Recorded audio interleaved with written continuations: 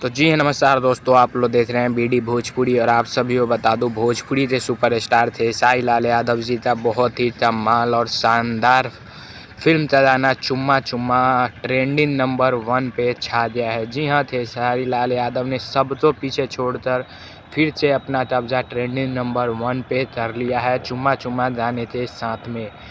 और सारेगामा हम भोजपुरी से काफ़ी दिनों बाद थे साई लाल का तो गाना रिलीज़ हुआ, और वो भी फिल्म का गाना था चुम्मा चुम्मा थे साई लाल यादव, आकांक्षा पुरी और सारेगामा का गाना हो और ट्रेंडिंग नंबर 1 पे ट्रेंड न करे, ऐसा कैसे हो सकता है।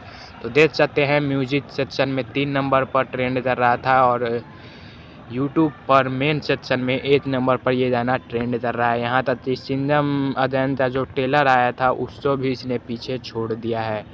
काफ़ी सारे गाने ट्रेलर इन सब तो पीछे छोड़कर ट्रेंडिंग नंबर 1 पर ट्रेंड कर रहा है चुम्मा चुम्मा। तो ये काफ़ी अच्छी और बड़ी बात है, और ये चलते रहता है भोजपुरी के लिए। अब ये कोई बड़ी बात नहीं रही है। तो आप लोग तो लिए इसके लिए बहुत